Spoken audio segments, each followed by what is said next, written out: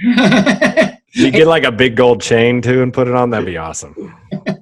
Yeah. Boom. So you are Italian though, you said, right? Yeah. So there, you gotta have that. That actually was on you since birth. It has grown around you. Close. My grandmother gave me this cross when I was like a sophomore in high school. Unless I go in the ocean or I was playing a basketball game, it's never come off. You know? Right. That's awesome. So, John, what episode are we on? We're on episode 21. This will be 21. Okay, I'm just gonna throw it up there and then we'll go.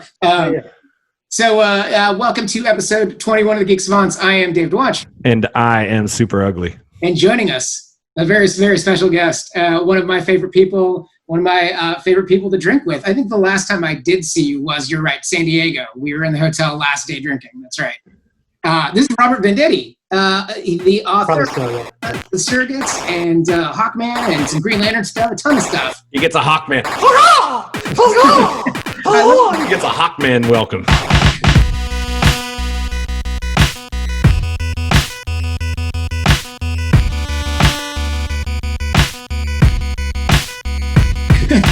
I love your background, John, by the way. But Robert, thank you.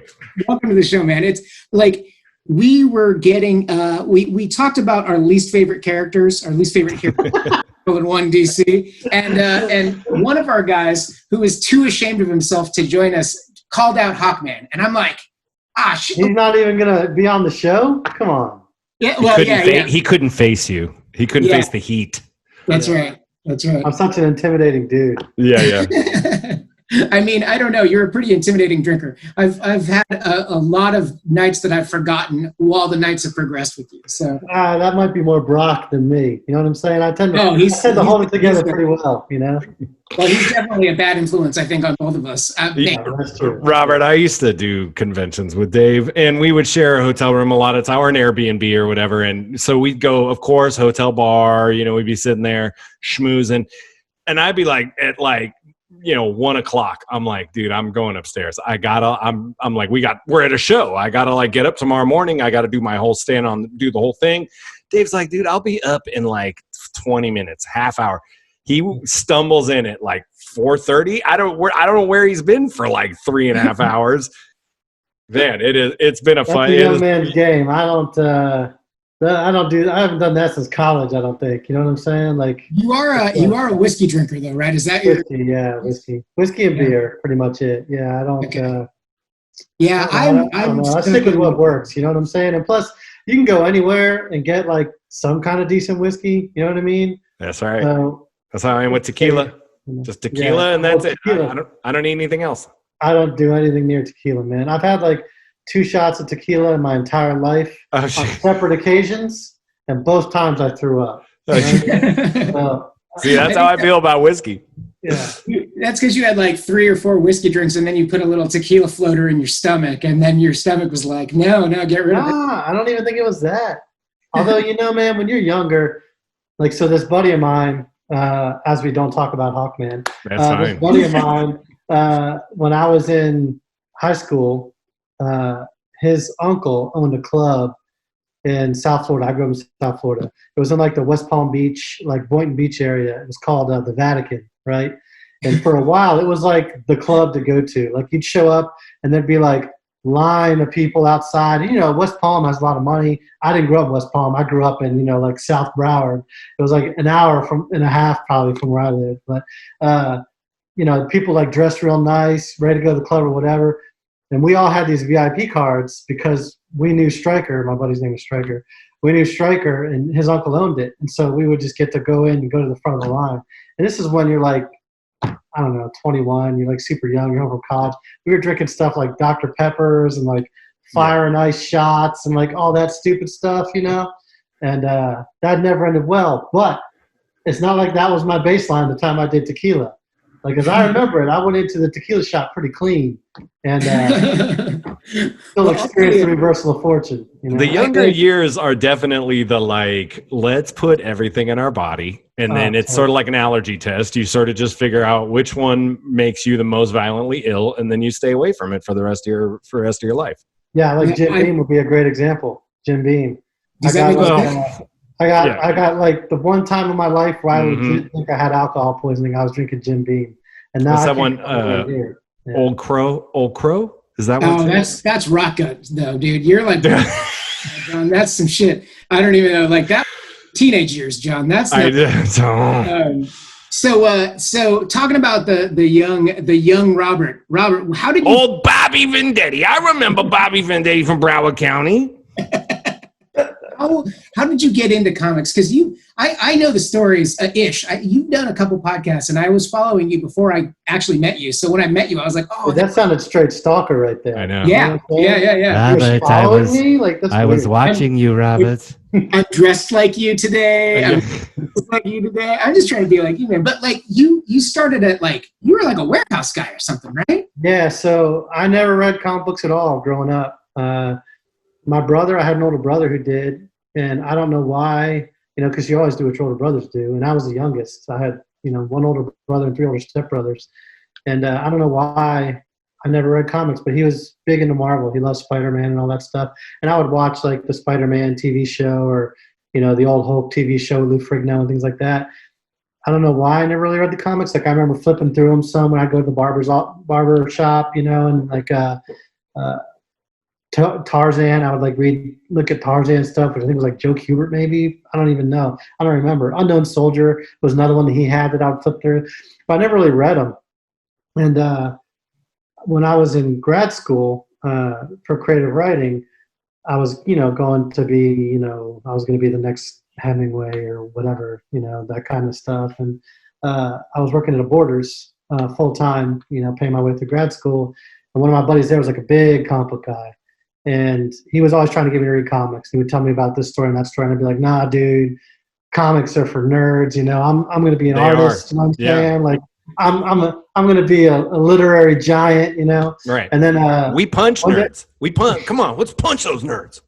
One day he told me about Astro City. And he was telling me specifically about this story called The Confessor, with the Confession. Called The Confessor. Such a good one. That's like one of my faves. I'm Catholic, it sounded really intriguing to me that there'd be this priest who got bit by a vampire in a moment of weakness and because he was seduced, and now still wears the cross to punish himself with the pain of the cross against him, to remember not to sin. I just thought that was compelling. So I went and read that story, and then I read all of Astro City, chased down all the back issues, and got all those. At the time, there was probably only like 23 issues because I think Kurt Busiek had some health problems or something, and he went on hiatus for a while.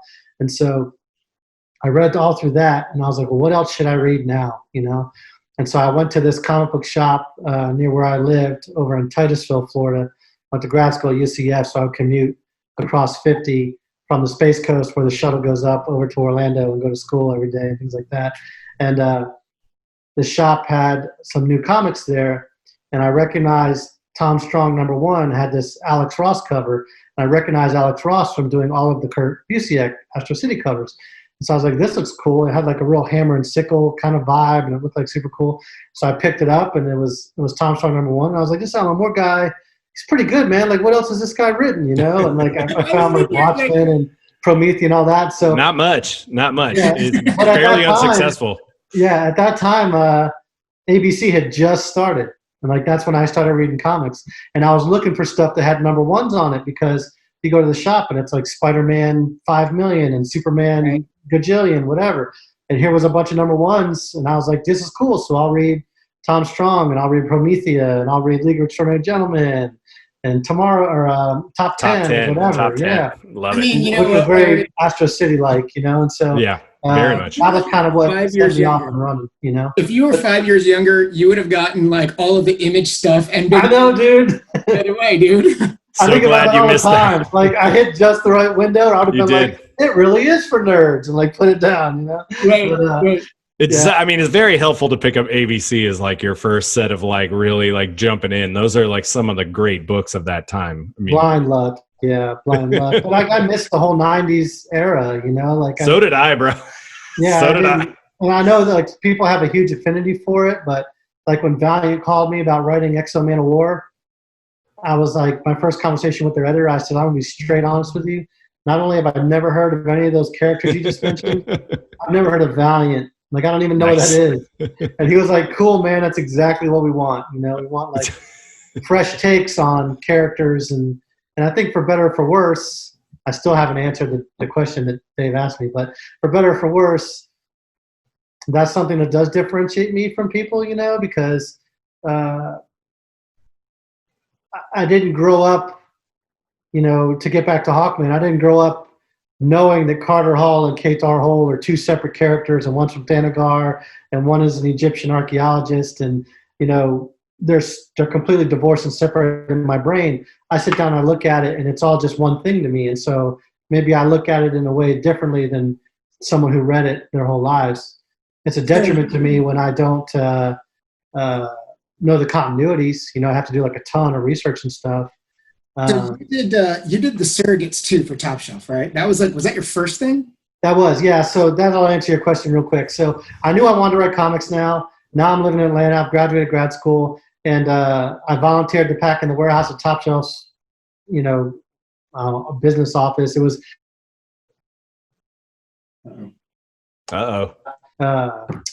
Public storage units with the roll-up doors. You know what I mean? Yeah. And like no air conditioning. Yeah, that's the warehouse. All their books were in like 8 units in one of those things. Dave did that. Yeah, I would pack all the orders for them that went to retailers and went to web orders and stuff. Matter of fact, you can probably still see. Can you see this on top of this number? Yeah. Yeah. Is that the storage unit? 840. That was the unit. Yeah, I was in there working one day. They were painting them, and the guy scraped it off the wall, and it came off like perfect. I was like, man, I'm going to take that thing. And so that was their unit there, 840.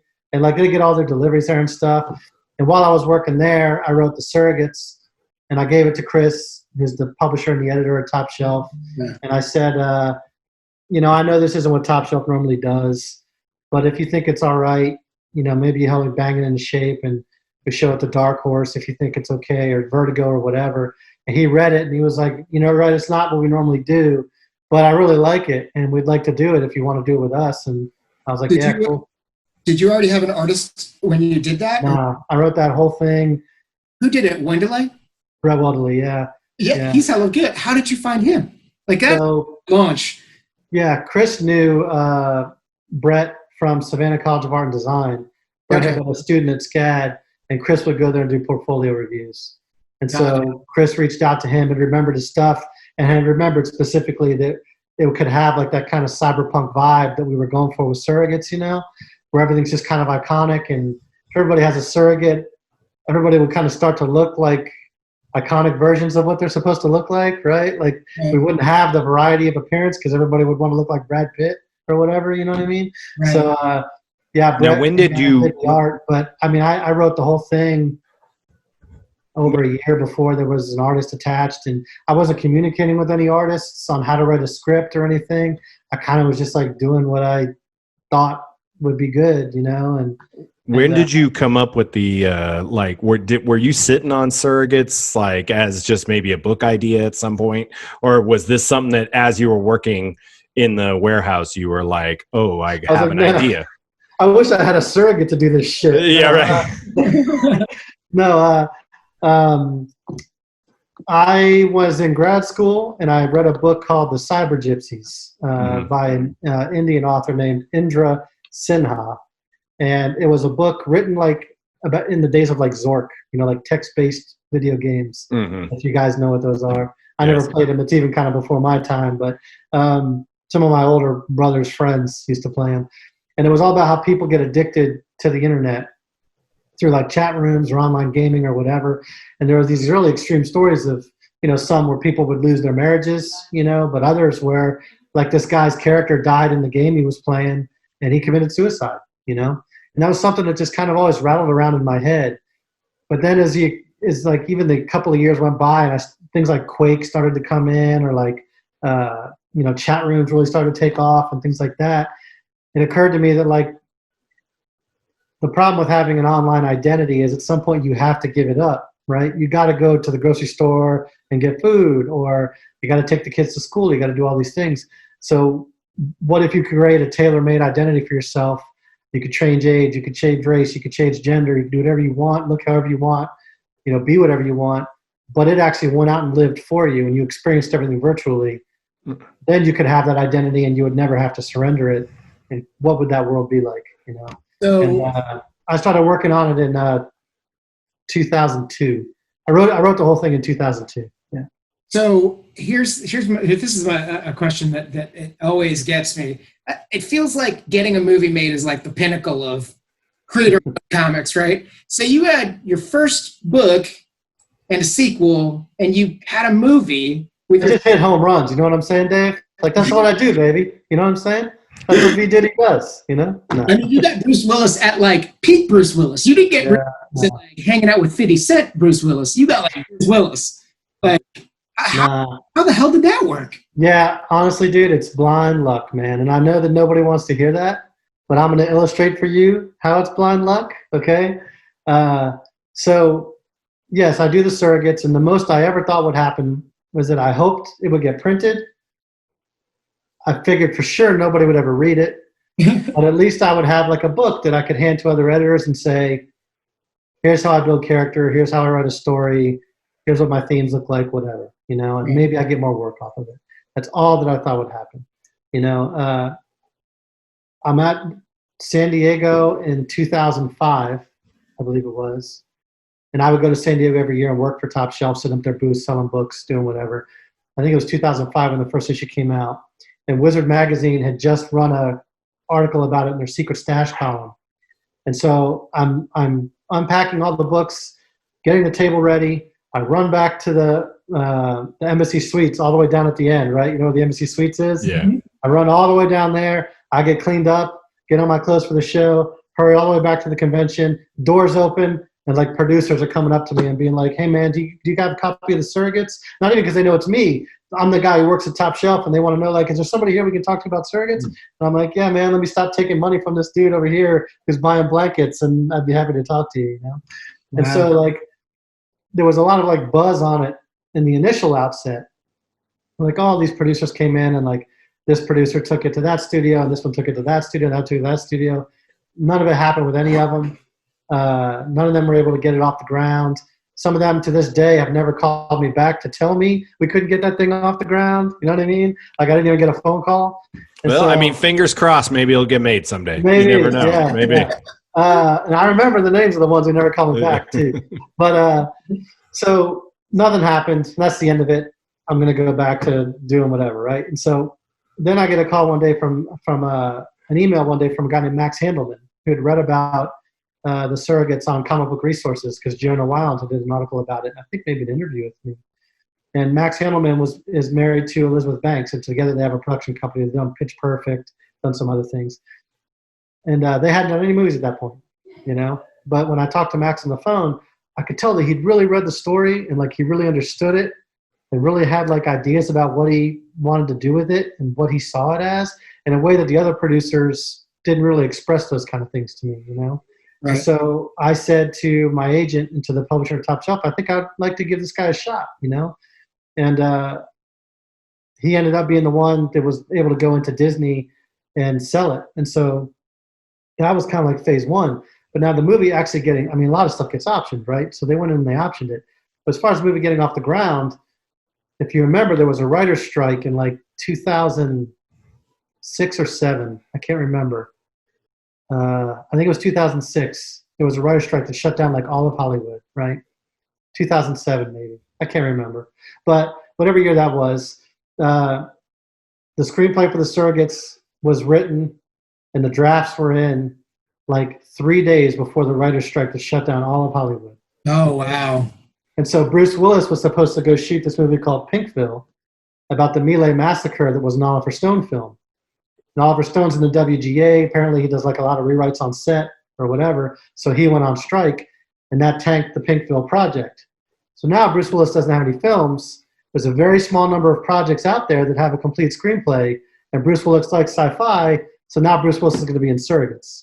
So like literally people come up to me at conventions and be like, how do I get a movie made, man? I'll be like, make sure there's a writer's strike. Right. I don't know what to tell you. Not hard. I mean, really. Like, I don't know. There's probably a handful of other stories, but there cannot be too many people out there. Right.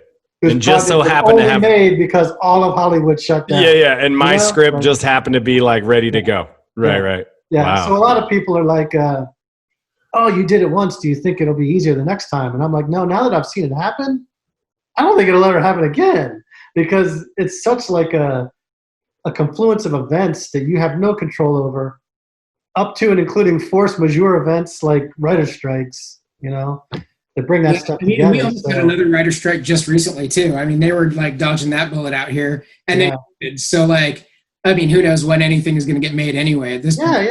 Yeah. So I never shoot for that, you know what I mean? And as much as I joke about it, I'm very humbled by the whole thing, and like it was crazy to do that, you know what I mean? Like, just even beyond, like, I don't know, the experience of doing it. Like, man, I didn't know anything about film. Like, I legitimately thought that when you watched a movie, it was filmed in the order in which you watched it.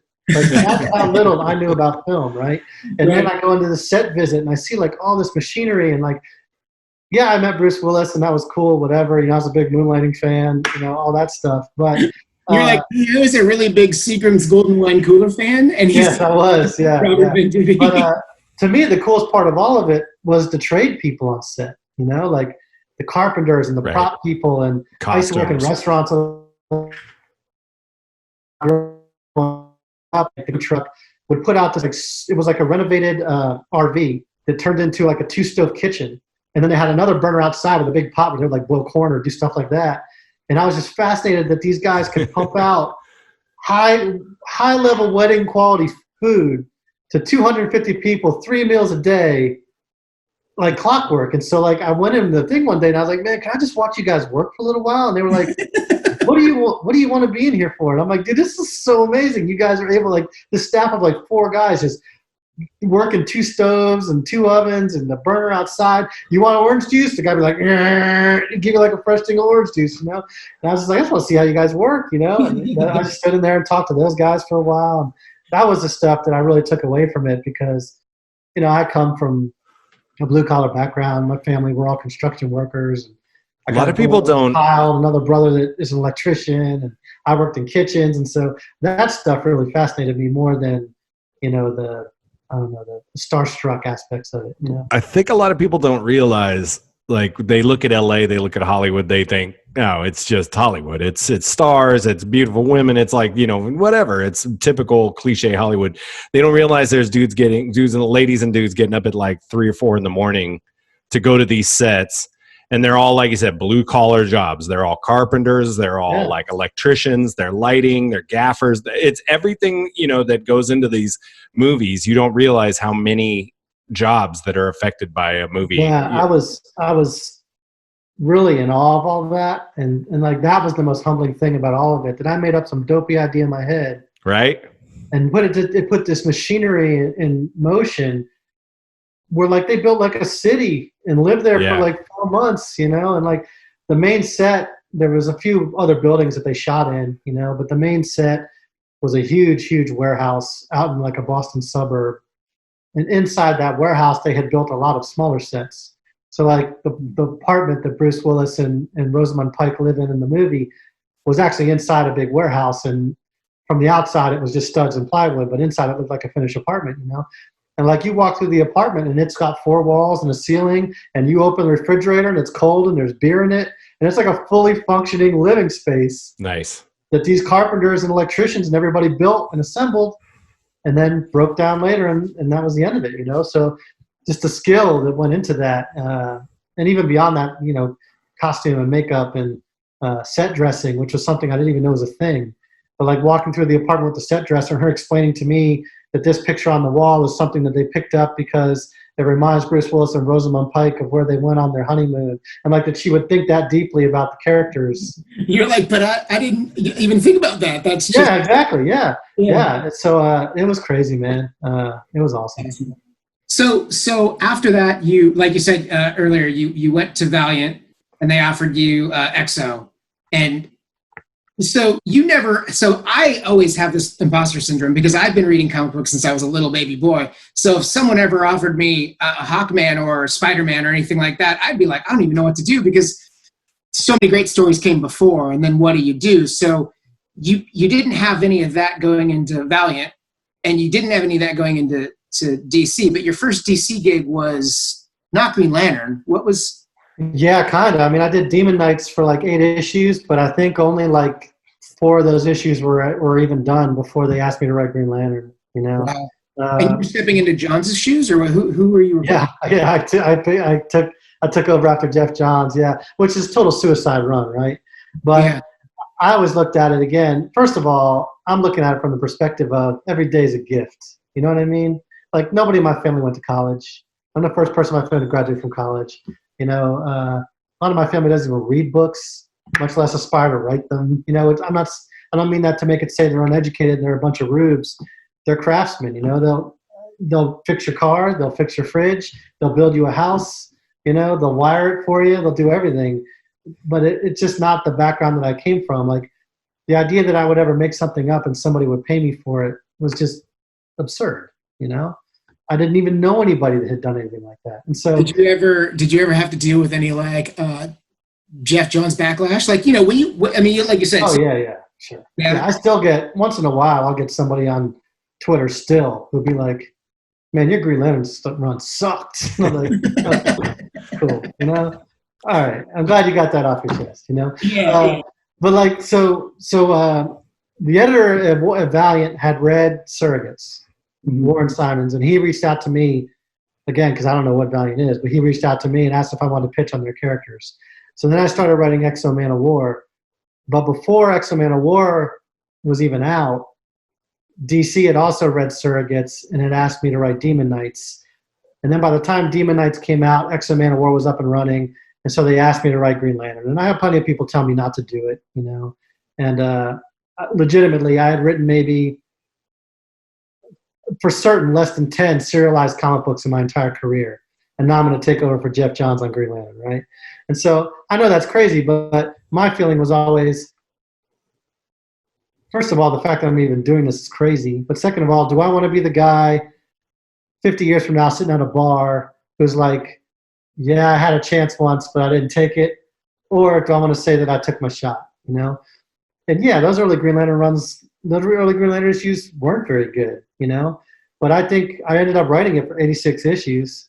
And I think if you go from the beginning to the end, you can see how I evolved, not just in terms of understanding Green Lantern, but in terms of understanding the DC universe. And then finally, in terms of being an actual writer of serialized comic books, you know, you can see that evolution. And so I wouldn't go back and trade any of it, because without those early Green Lantern issues that I don't think are very good, I wouldn't gotten to, you know, Hal Jordan, the Green Lantern Corps, or Hawkman, or Freedom Fighters, you know, or any of the things that I've gone on to work on that I'm really super proud of. What's a concept that you introduced in your run on Green Lantern that you are proud of and that you think is something that is going to stick around for a long time? Character-wise, maybe something you did. Yeah, gosh, I don't know. There's a couple of Green Lanterns I created. One is a female character named 2-6, and like another one is a character named Goran's son, who's like he looks like he's made out of lava. And they've become such a part of it now that like in Scott Snyder's Justice League run, when they would draw like rando Green Lanterns in a big panel with a bunch of Green Lanterns, they'd be in there. Oh, I love that. No, I love that. That's great. Kilowog and like, you know, somebody else would recognize. Yeah, and I'd be like, that's super cool, you know. Oh, that's great. I think the thing that I did maybe that was that will kind of stick with people, if anything does, is the way that I wrote Guy Gardner. And then me doing Hal Jordan and the Green Lantern Corps, it's the only time really that the four classic Lanterns, you know, Hal, John, Guy, and Kyle, all shared one book together.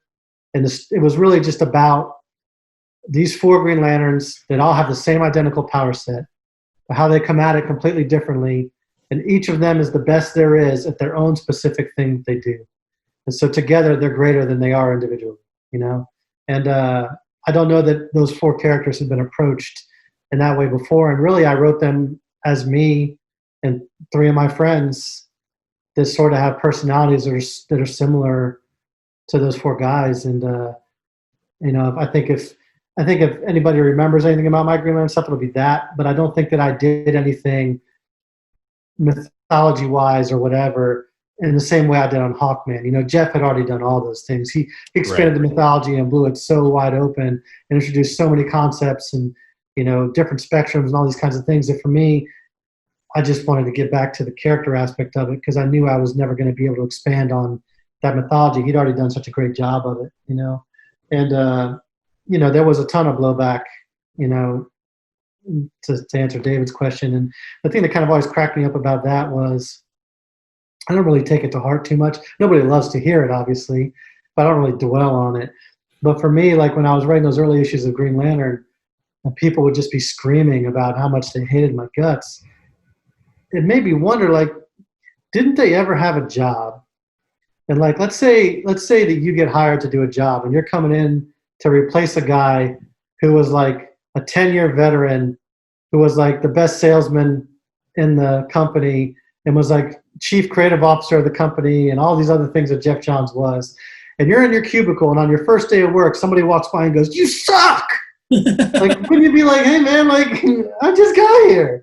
You know what I'm saying? Like, I ain't trying to say that I'm as good as the career dude that just walked out the door, but maybe I'll get there one day, you know? You just can't listen to that shit. I mean, those people they're garbage, and their opinions don't matter, because it's like when I grew up reading comic books, you know, it's like if I didn't like something, I didn't like immediately think, "Oh my God, I have to like hate everything about this." It was just that's the nature of the internet, though, too. It's right. Like you just be like, "Fuck you," and everyone's like, "Wow, okay." Everyone. You just usually move on to the next. You know, it's like, oh well, if this issue, let's say, didn't hit me the right way, next issue will. I love Green Lantern. He's gonna be fine. It's gonna work out of it. You know, it's like I'll like it eventually. It's like I just don't understand people that get so in the weeds about things.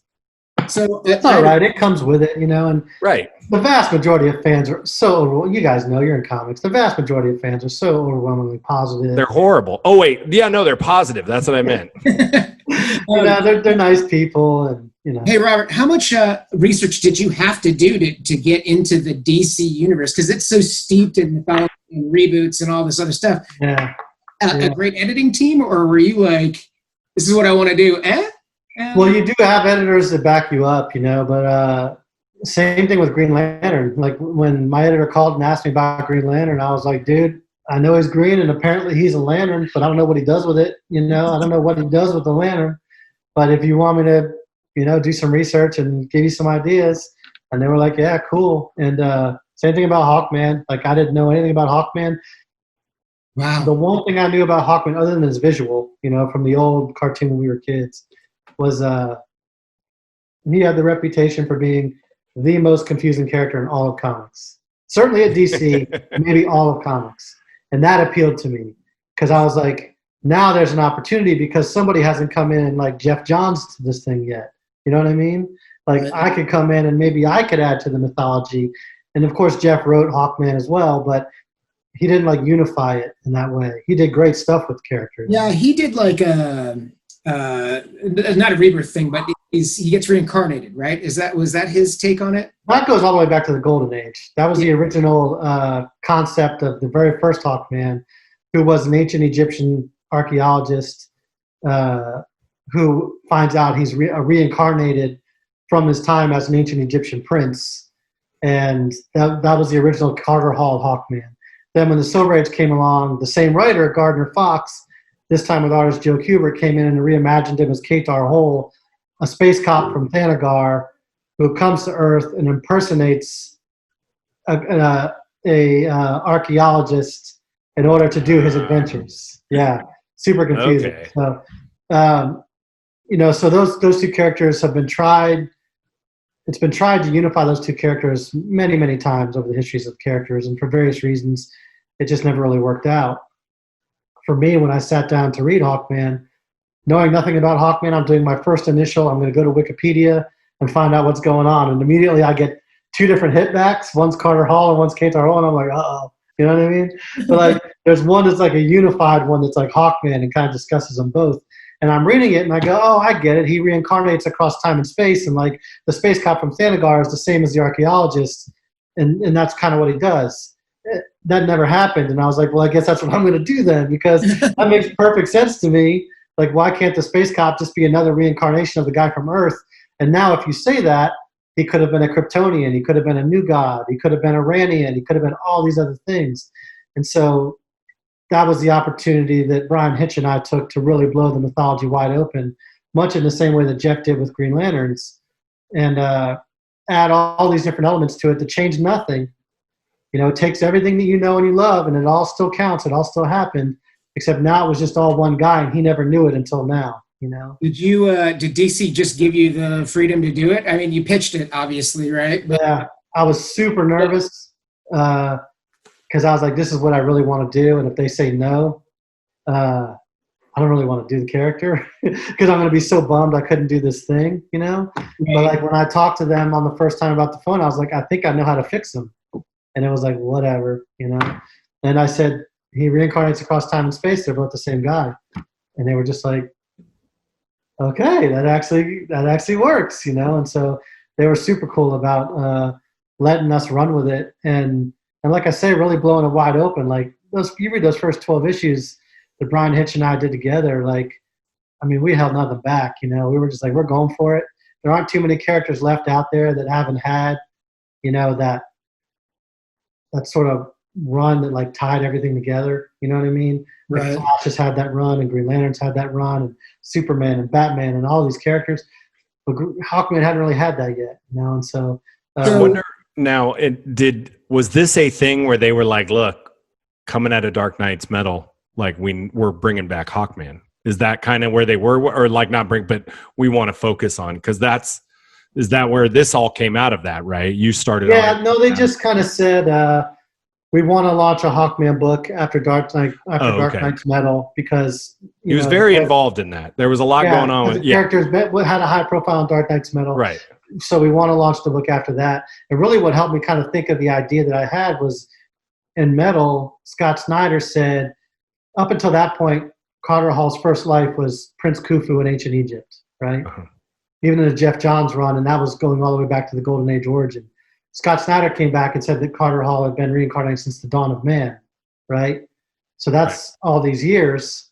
And so I was like, well, where's he been all that time? What's he been doing? You know, he's been on Krypton, he's been on Rand, he's been in the microverse, he's been a new god, he's been all these things. That's where I really started to fill out, you know, what that could be.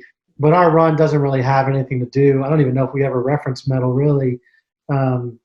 Just because it was a new number one. Yeah. For a character that everybody already is coming in with the baggage of knowing how confusing it is. I wanted to make that first issue just as clean as we could possibly make it.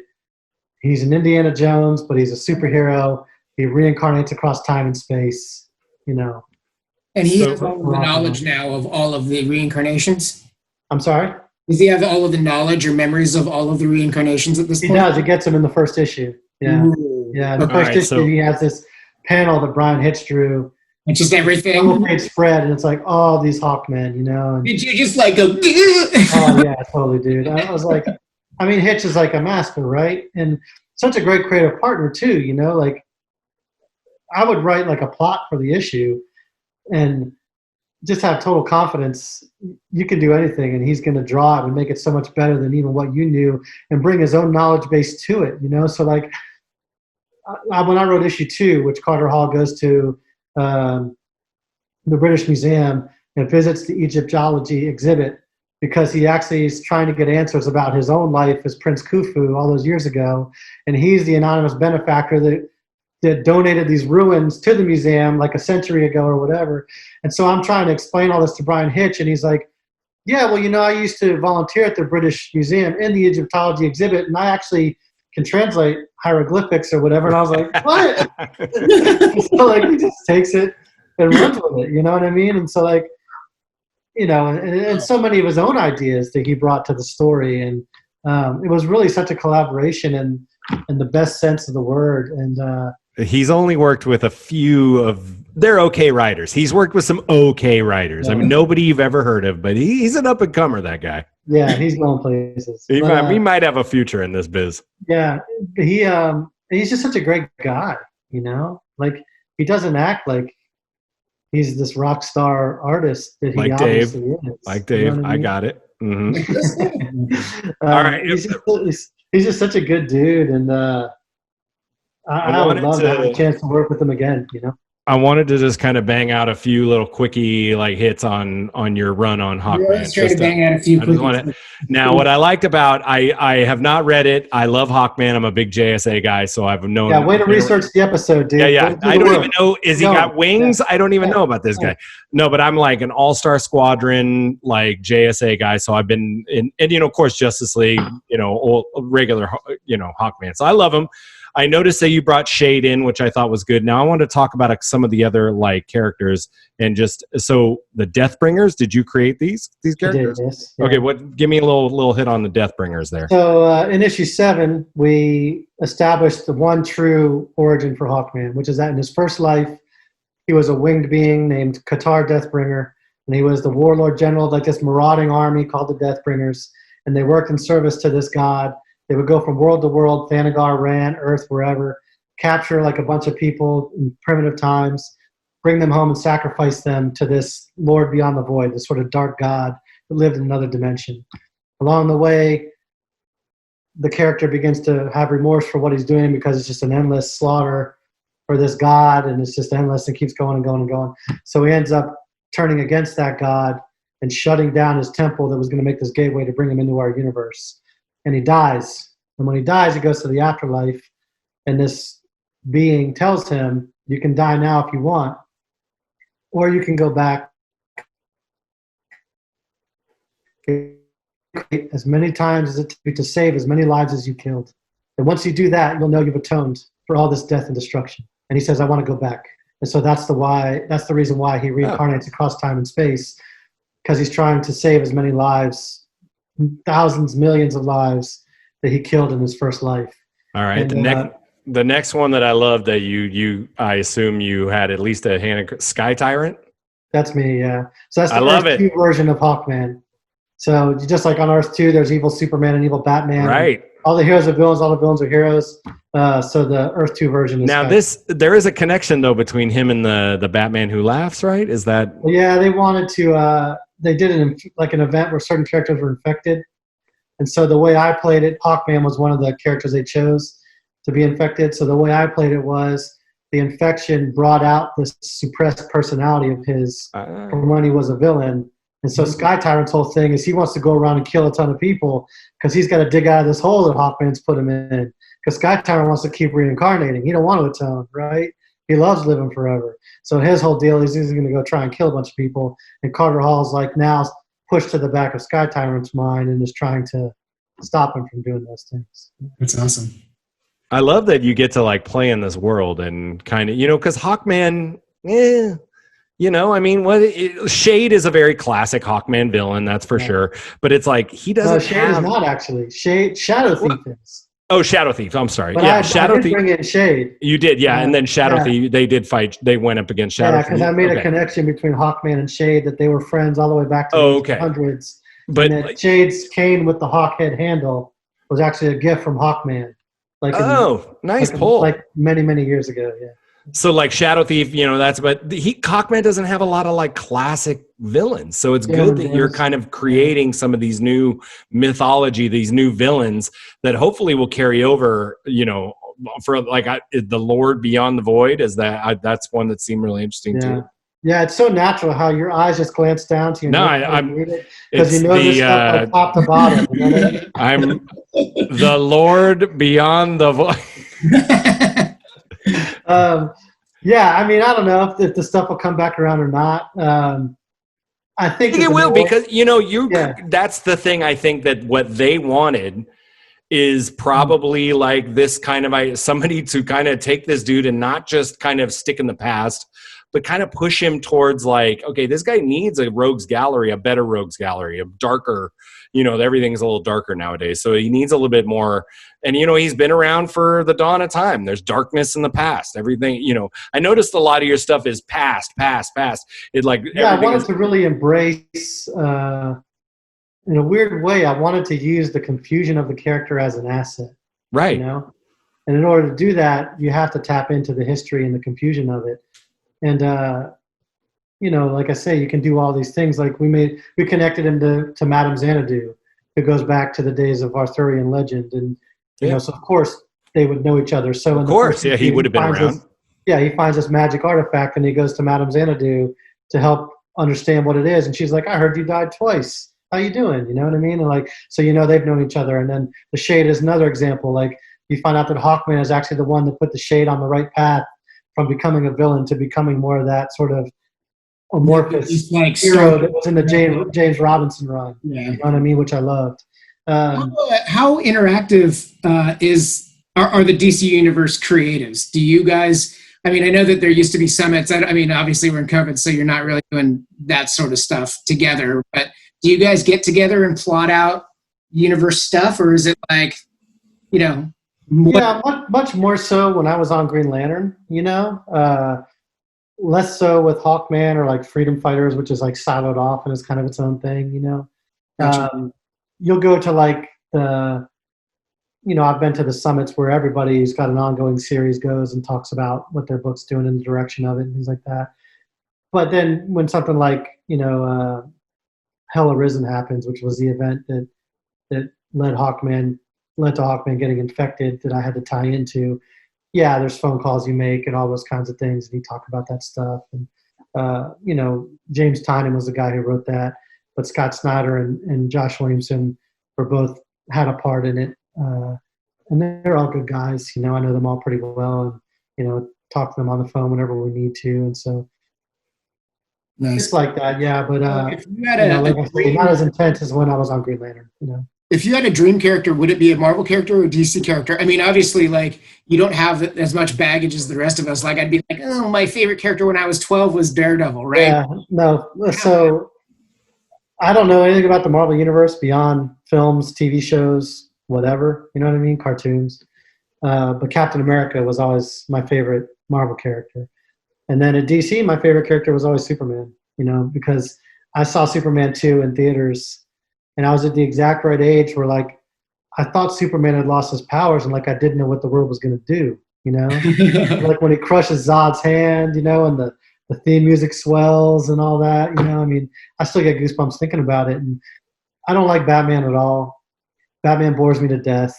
He was on our other do not read list. Who it was one of our other co-hosts, Ron, who said Batman because it's just overdone and overused. And Ugly John was saying, how many times do you need to hear his origin? Jesus, it's like. Well, yeah, no, I'm not necessarily talking about anybody who's writing Batman right now. Right. I'm just saying Batman as an idea, right, just doesn't resonate with me. Well, and there's been so many. Like, I am the night, and like. Right. My life is so terrible, but dude, you're kind of like a billionaire. Like, that's like the best superpower of all. You know what I'm saying? Like, it's not that hard. And like you say, like every movie has to be about him. And I'm a big Lego guy, right? And I buy my kid a ton of Lego sets. I can't buy him a DC Lego set that doesn't have fucking aqua suit Batman in it or space suit Batman in it or some other kind of Batman. Like, I can't just get Supergirl. I got to have Batman in it too. You know what I'm saying? And it's like, I appreciate Superman so much more, and like what he stands for and who he is as a character. Mm-hmm. It just resonates with me personality wise so much more than Batman. Which, of course, is to say that there's not genius Batman stories out there. Oh yeah, that I do love. Some of the best. Yeah, there certainly are Batman stories. A lot of the Jeff Loeb Tim Sale stuff. I absolutely adored that. Obviously Frank Miller's stuff. I don't think people get it's tough for me. Like, I feel like I get Superman, and then I see some of these, like, definitely in movies. I don't think they just don't get him. It's hard for people to just portray him as the ultimate good in a sense that he is, right? It's like him and Cap have a very similar thing where they're both very like. They follow the rule. They're gonna do what's right, and they're not gonna. We believe in humanity more than. The belief in humanity. It's that whole thing of humanity. That's exactly it. Superman believes mankind is inherently good. Right. I think Batman believes mankind is inherently evil. Right. I think, as a person, I think we're basically good people. And there's a lot of bad stuff in the world, but I don't know. I'm just an optimist. The movies do not want to push into that like bright optimism that I think, Christopher Reeve ones have flaws, but I think they definitely turn towards that really pure aspect of him. Yeah. And I think, that's my Superman. Right. Yeah. Right. Like recently I've done 6 of them are out so far, but I've written 11 of these Superman stories. They were originally in the Walmart issues, but then like oh, nice. With the COVID stuff that happened, they went to digital first when the marketplace shut down, and there were no comics being produced. DC started putting them out on digital every Monday, and they're very much in that vein. Like Superman is a person who believes people are good. He has to believe that because he came here on a rocket ship from space. Right. And the first 2 people that came across him loved him as their own and raised him. You know what I mean? Like, right. How could he not think that people are good? And the one beef that we weren't murdered in an alley. You know what I'm saying? And so, like, I get why Batman thinks the way he thinks. I don't fault him for it. And I get why Batman's popular and all that. I just think for me and my approach to the world, Superman resonates with me more than Batman does. I think one of my big beefs with, not to go off on this tangent, but on Man of Steel, the first Man of Steel movie that Snyder did, Kevin Costner dies of a heart attack, and like he won't let Superman save him or whatever. And my thing is like, see, that is exactly where I tuned out, because it's like the frailty of humans. The heart attack that Pa Kent is supposed to have is the reason that Superman, like, that shows him he has to help humans because they are not him. They're not these superpowered beings, and they are weak. The first Superman movie, not the Man of Steel. The Man of Steel, his dad gets sucked up into a hurricane. Well, that's what I'm saying. Yeah. No, but for me, I actually like that scene. Do you? I like the Kevin Costner aspect of Man of Steel, because to me, if you're a Kansas farm boy and your dad's about to get sucked up into a hurricane, all these people are watching, and your dad has told you your whole life people can't know what you are, and your dad puts his hand out and tells you not to go, you don't go. Because your dad just told you that. You know what I mean? You don't disobey your father. You know what I mean? God. And he only thought about it for a second, and then the tornado came. It wasn't like he saw it for 5 minutes. He moves pretty. He moves pretty fast, like, though. That's my dad's Superman. got his hand out. Like, that always means stop, and then the tornado comes. But I not the way that I would do Superman necessarily in those movies. Right. There's things I like about those movies. Right. Yeah, of course. I remember watching it with my son, being very little, and him looking at Henry Cavill and be like, "Where's the hair thing?" These are the basic principles, right? Like, he opens his chest and there's an S. He's got a hair curl that falls down when he takes off his glasses. You know what I mean? Like, and these are all the things in my digital issues that I really tried to embrace. I really tried to make each one completely self-contained, new villain each one, capture just the fun and the whimsy of what the DCU can be with characters like Toyman and stuff like that, and really kind of get back to the core concepts of who he is. And if you're somebody who's a Superman fan like I am, you'll read them and see those things that made you love the character to begin with. If you're somebody younger who's never read a Superman comic in your life, you understand at the end of every issue who Superman is, who Lois is, who Jimmy is, who Perry is, and why they all do what they do, So, like, for me, I think that, it's just like the Snyder effect, and it's not his fault, but it's the fact that Nolan did these dark Batman movies, and they were wildly successful. And I think the Batman Dark Knight movie was amazing. Like, when I saw that movie in theaters, that blew my mind. And I'm not even a Batman fan, but I thought it was great. Right, but you can't make Superman that dark. Superman is the beacon of hope, right? So, like, I think that's why DC does really well in animation, because you can be as bright and positive and just face as possible. But when you try and translate that into something else, you've got to fully commit to it. Like, they did a pretty good job committing to it with Shazam. They just Captain America too. Yeah, perfect. Yeah. Well, I like what Robert's talking about too. It's like if they're gonna do Superman, he's got silly villains too, and like they do Toyman harms people, but it's like he's got his own, it's fun to see Superman fight somebody besides Lex Luthor, or it's like, let's have him fight some of his more classic villains and stuff, maybe a Parasite in a movie or something. Yeah, I'd use Parasite, and like I tried with the villains to put him in, because you're never gonna threaten them physically, really. Right. Superman. It's harming other people. I did a story where I came up with this character called the Gambler, who runs a betting ring on where Superman is going to show up next. But then he actually commits the crimes, so Superman will show up, and then gets people like in debt to him because he's fixed the game. And then when they're in debt to him, they're the ones he sends out to do the crimes. So Superman's like, I'm just out here trying to like save people. Now they're betting on me. Like, he can't punch that in the face. You know what I mean? So now he's got to go figure out another way to deal with that, because it's not like, you know, I don't know, something that he could just beat up. You know what I mean? Who's drawn that? Was it consistently the same artist on those stories, or? The first 6 were all drawn by Paul Pelletier. Oh, we really were going for, it's funny you marry up the DC animation stuff. Oh my gosh. Even though I didn't watch the Superman animated series because I was in college by that point, but I did watch the Batman animated series, which I loved because it wasn't the dark, grim Batman. Like, it was cool and it was dark and it was shadowy, but it had all this whimsy in it, like, you know, Scarface and, you know, the Mad Hatter, you know, and like the way that those villains were treated and things like that, it lightened it up, it brightened it up, you know what I mean? And so what I really was trying to do with my digital Superman stories was capture the feel of what the WB Batman animated series was in terms of that, just the fun and the zaniness of this universe. And Paul really captured that with his style, you know, really, really. Pelletier is highly, highly underrated. Yeah. And like one of the, like, I mean, the fact that he's as good as, I mean, him and Alan Davis have a similar style, and they are like, he is right there with Alan Davis in terms of his technique. I love Paul Pelletier. Yeah, he's a great guy to work with. He's fast too. You know, like, no problem drawing an issue a month, you know? So he used to work on that book. He worked on Exiles, which is an older, but it's like a good like time travel X-Men book. Really fun book. That guy pumped those things out, and that was like 5 characters plus like 4 villains per issue. I mean, it was like he was pumping it out. Yeah.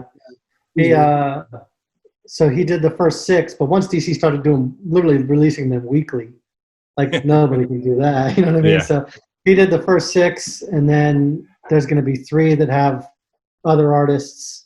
And then he did the last 2 that I've done. So, yeah. How's that feel, though? Like, you've gotten to work with some of the best artists on the planet. I mean, from Brett all the way up, man. I mean, how's that feel to have your scripts just get re-envisioned or envisioned or collaborated on by some of the best, man? That's got to. Oh, that's great. You know, and sometimes it just clicks really, really well. You know.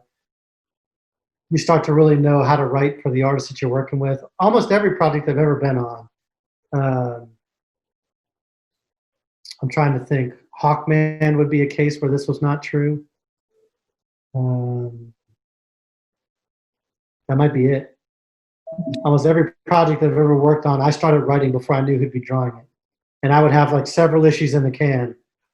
And they'd be like, okay, it's going to be Paul Pelletier or whatever, you know? So once you get to the point where you can now start writing for that specific artist, yeah, you can see what they're having fun with and what gets them jazzed. You know what I mean? Can you do shorthand at that point, or are you still like full script? Like, is it like, you know, because it'll definitely get shorter. Like when I don't know who I'm writing for, they tend to be more detailed and they're not very conversational at all, because I could be writing for a Spanish artist or a Brazilian artist, somebody who English isn't their first language. So I wouldn't use like a lot of vernacular or things like that. But once I start to know who the artist is, then yeah, that will loosen up, and I'll communicate with them, you know, in the easiest, shortest way that I know they want. And some people like Brian Hitch, they really want plot first style. Other artists don't want plot first. They want you to break it down into panels, you know. So I'm happy to collaborate however the artists are comfortable. You know, what are you most comfortable with? Are you most comfortable with like full script or like plot? I mean, personally, I like doing full script more, because when I turn in a full script and it's accepted, I get paid for everything. Like if I turn in a plot, I get half the pay, and after the issue's drawn, I do the dialogue and I get the other half of the pay. And like I'm the kind of writer who's really far ahead, so I might write a plot and that issue might not be done for 6 months, and so I won't get the other half of that payment for 6 months. You know? Oh, so, wow. Yeah, so for me, I prefer full script only for that reason. But from a collaborative, like end product reason, it really depends on the project, you know? Yeah, and the artist, I'm sure. Yeah. Wow, that's awesome. Well, you want to like let Robert get back to living his life. Yeah, well, Robert, before we leave you, shout out. Do you have anywhere people can find your stuff? What are you working on now? Whoa! I wanted to ask him one question. Like, is there? Let's just get him out. Is there anything that you've been watching, reading, listening to that you've really enjoyed recently during your quarantine? Let's see. So, I never having read comics in the '90s or whatever, right? I'm reading the entire Neil Gaiman Sandman run right now. What do you think I've of it? never read before. So I'm on book. I just finished book 8. Is it good? Yeah, it's good. Yeah, that's one I never read. Out of all the comics I've ever read, I've steered away from the Neil Gaiman Sandman. I don't think it's anything anybody would let you do today. In terms of like, the marketplace is just so much different now. In terms of like Gotham Central is another great example. That's one of my all-time favorite series. When I was pretty new to comics, that was being published. I don't think anybody would let you do Gotham Central anymore. You know what I mean? Really? Yeah, just or Daredevil Born Again. Like, you want to write a Daredevil story where he doesn't even wear his costume for a bunch of issues? Like, I don't know. Like, how are we going to do that? I think the marketplace is just different in a lot of ways. But so yeah, I'm reading Sandman. I'm also reading Death of Superman, which I've never read before. Oh wow, you were like one spectrum. That's fun. Yeah. Are you hitting all the the Justice League and stuff that's in that mixed in with all that? Because there was crossover. Well, I got the Death of Superman omnibus. Okay, good. Yeah, so they have all in it. No, it's really that's fun stuff in there. Dark Gardner's wearing like some super jacked up costume. And he's got his blue suit. His remember that, Dave? It's the dark blue top with the light blue bottom. I think in that one. You remember? He's got like a leather jacket. His boots have like a gold G on them. So that, and then TV wise. I mean, I've been watching a lot of the streaming stuff, like Ozark I like a lot. Peaky Blinders I like a lot. I just got Amazon Prime and I watched the whole however many seasons of Bosch. You really kind of like that. I love how upbeat you are and how hopeful you are for humanity, and then you watch the darkest shit. It's just like the worst people. The thing I find so interesting about Ozark is just Jason Bateman's character I find riveting because he has that same deadpan approach that he has in Horrible Bosses. Yeah. But everybody's getting murdered around him and he's literally living with a gun to his head and he's still just kind of deadpan about it. It's Michael Bluth, but it's in the Ozarks. Yeah. So I don't know. That would be the stuff, I guess. Awesome. Well, is there anything you want to plug or anywhere people can reach you and yell at you on the internet about how terrible you were during Green Lantern? Yeah, please. I'm on Instagram and Twitter, just at Robert Venditti. And then, still doing Hawkman. My next run of 5 weekly Superman stories starts, I believe, this coming Monday. And I've got some other stuff in the works too, but nothing I can really announce yet. So. We didn't get into it, but I know your Hawkman is about to he's doing the JSA thing right now, and I'm very excited. Issue 27, yeah. I'm very excited. I want to go back. I'm definitely reading. Besides this piece of paper, I'm gonna read your Hawkman because I love Hitch and I love Hawkman, and I can't wait to read it. I appreciate it, man. I hope you enjoy it, and if you don't, keep it to yourself. No, I'm on Twitter right now. I hate Robert Venditti's Hawkman. Hang on, guys. Yeah, I've got the first 2 trades. I just need to make time to do it. I feel like work is stacked up since COVID. It's weird. Also, my home work situation isn't what it was, right? My kids were home and they were going to school, and they're still home. And we're not really. My wife works at a hospital, in occupational therapy, and this past 2 weeks, she's been on the floor with nothing but COVID patients all day, So we really kind of try to isolate ourselves, because who knows if we have it, you know what I mean? And so, everybody's in the house all the time. You don't get as much work done. Your hours aren't really the same. I'm trying not to sit in front of the computer as much so I can, be there and do fun things like cook out or go outside and, play box ball in the cul-de-sac or whatever, you know what I mean? So, I'm not as productive as I was before, but I mean, that's okay.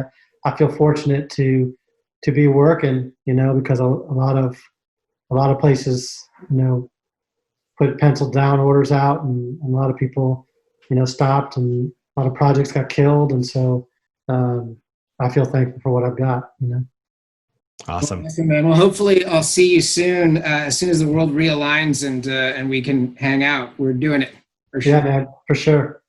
Yeah, I mean, it's not New York, but I might take that gamble. If I hear Robert Venditti's going, I will not be in New York this year. I can guarantee you that. Thanks for joining us, Robert. And if you guys want to get a hold of us, it's thegeeksavants@gmail.com, or you can go on our Instagram or Facebook at The Geek Savants. If you liked what you heard, like, subscribe, and comment at the bottom. And yeah, thanks for joining us, Robert. You have a great rest of the evening. Dave, I'll talk to you later. I'll send you some dick pics. It'll be fantastic. All right. Well, Robert, it's a pleasure, man. And we'll catch up soon, bud. Thanks, guys. Talk Bye. To you later. Let's go, Ecto. Come on. Yeah. Come on. Yeah. Ayo, sinister under park lights. Hopeless devotion. Minister of the dark arts. New professor of potions. Cook up a batch of bitch about the fact you won't give shits about the crack I'm spitting out the track. Ecto just picture